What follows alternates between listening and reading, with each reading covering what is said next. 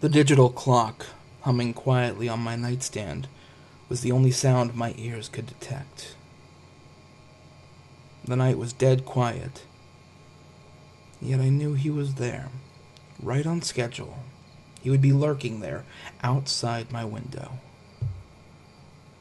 He would knock.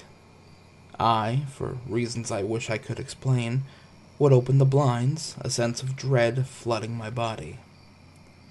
He would stare at me, and I would stare at him. He would leave soon after, and I would stay awake until the sun began to rise. This was our routine. My mind was wandering 1,000 miles away when he knocked that night. Though my eyes lingered on the window, I told myself I wouldn't open the blinds. I told myself that tonight he wouldn't scare me, and that I would get the rest I so desperately needed.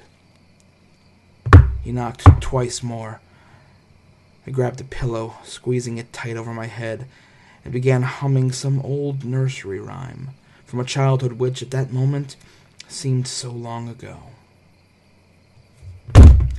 He knocked again, and this time it was a hell of a lot less courteous of a knock than usual.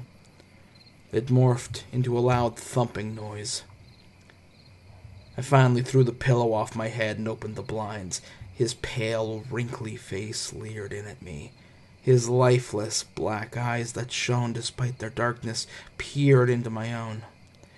His stringy hair fluttered a little in the wind. He seemed to be breathing somewhat harshly, and though it was hard to determine his mood as anything other than emotionless, I could sense an amount of animosity that I had never felt before. After what seemed like hours, he turned around and was on his way. I faced the ceiling and wept. This had been going on for more than a month. I tried to talk to others about it, but I could never finish my sentences. They'd degrade into quiet mumblings and whispers. I was so tired, I'd even begun to wonder if I was losing my mind.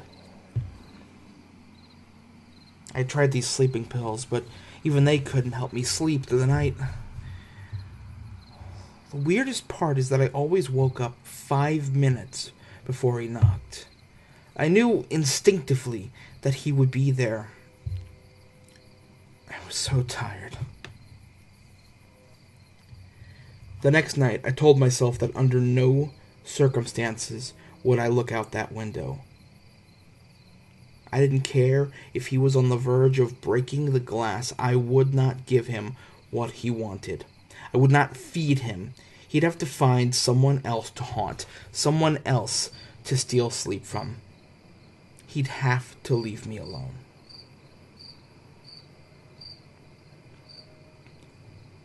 I woke up and I instantly knew what was going to happen. It's funny, I always anticipated his knocks, and yet still I jumped a little when I finally heard him. I lay in my bed quietly, as if I hadn't heard anything. He knocked again, and I hid under the pillow once more.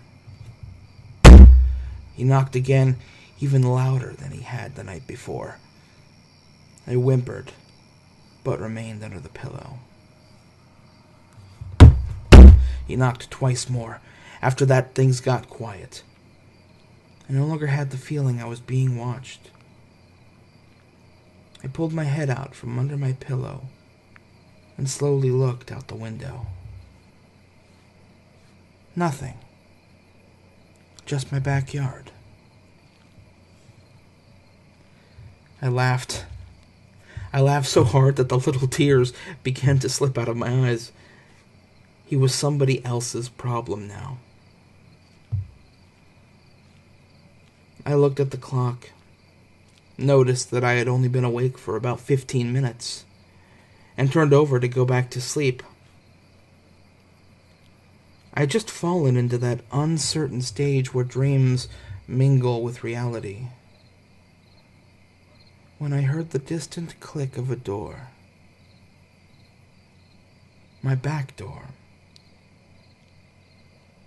Someone, something, had just entered into my house from the outside. Something from my backyard. I knew it was him. I listened quietly as his footsteps made their way from my kitchen to my dining room, to the short hallway outside of my bedroom. He was walking slowly, patiently, making no attempts to hide his presence.